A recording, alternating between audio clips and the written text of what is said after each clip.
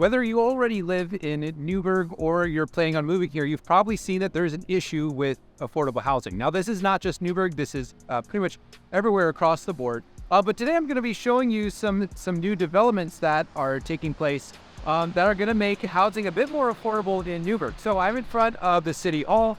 If we can see the City Hall building here, I'm going to be going inside and talking to the city manager, Will Worthy. We're going to be talking about what changes the city council has made to make affordable housing a realistic option for people, including other development options and daycare, which has been a huge issue here.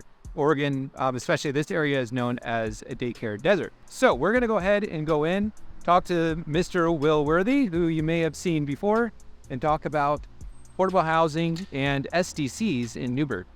All right, well, I made my way through the City Hall, and now we're going to go in and talk to Mr. Will Worthy. Oh, hey, Will, how are you doing? Good to see you. Pleased to see you. All right, you too. So now we're going to be talking to everyone about what SDCs are, but more importantly, how is this going to make housing more affordable? How is it going to bring in more daycares and childcare? Then how's it going to make business more affordable too?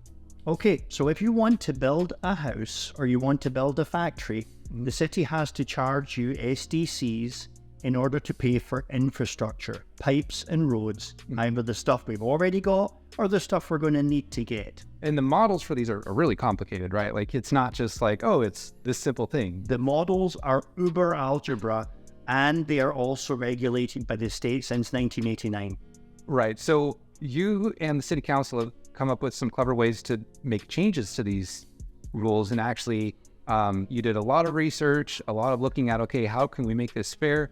And also, how can we make it equitable? So again, so we can have affordable housing, business, and childcare. So what changes have you guys made to allow this to happen? So cities don't have a lot of levers that they can pull in order to make housing affordable. A lot of that stuff lives with the state.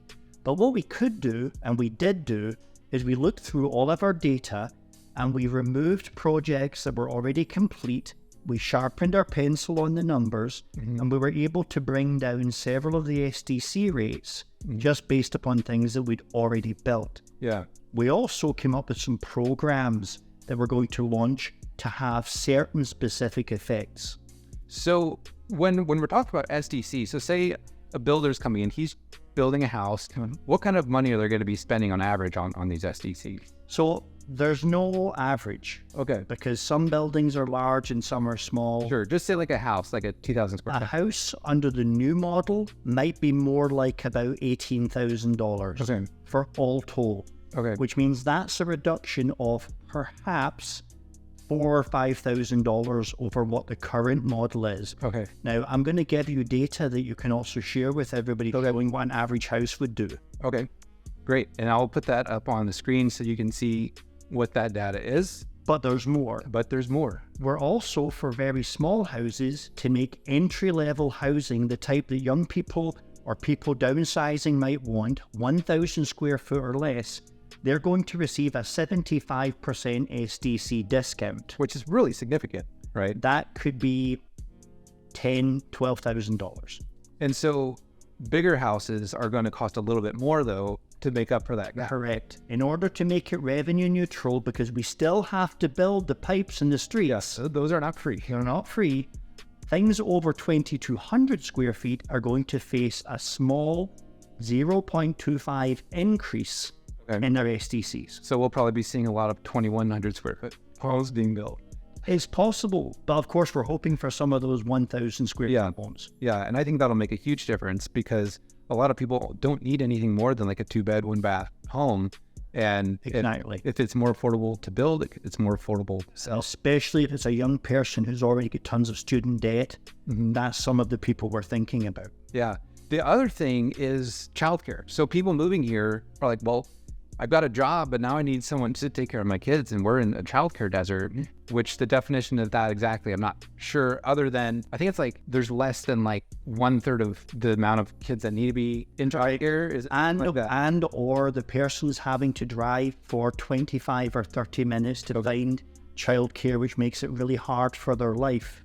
Yeah. So on that topic, if this package passes, and understand the council hasn't given final approval yet, but if this package passes, we're going to exempt childcare facilities if they're properly licensed and safe. 100% will pay no SDCs whatsoever. Which will be huge because that'll allow, right now, a lot of people that can't afford to have a childcare facility, it'll make it a lot more affordable. So if they're buying a house or like building a house, like what is this going to be? Like more like for a childcare facility on the business side, that could be $120,000. That could be $100,000. Okay. So now if that's waived, that means that's going to make it a lot more, what's the word, logistically possible or feasible. And we really hope this causes the desert to begin to be treated and fixed. Yeah. Well, that's awesome. Well, so Will's actually going to come on the Giving Town podcast, which is a podcast I have about a lot of things happening in Newberg. We're going to go in a bit more depth with this. This is just to give you an idea of some of the things happening to make affordable housing more of an option in Newberg. There's a lot to unpack. In that particular meeting, we're going to hit some of the scary algebra I was referring to earlier. Yeah. So get ready to bring out your math books and textbooks to follow along with that. One other thing I did want to mention is this is also going to make changes for new businesses, right? What are some of the key takeaways for someone who might want to come and do business in Newberg that these changes will make it? So there was a type of SDC that we've identified which we felt was just a barrier to new business opening. And frankly, we've got too many empty storefronts downtown and in other areas.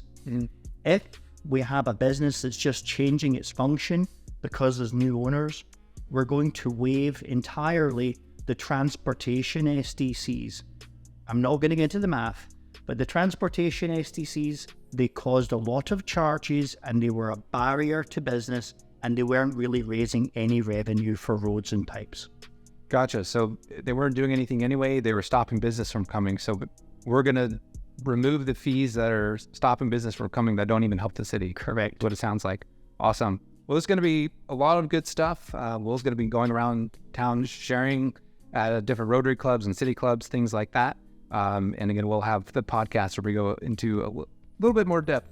Newberg is open for business. Newberg is open for business. That's what we like to hear. Awesome. Thanks, Will. Appreciate it. You're welcome, mate.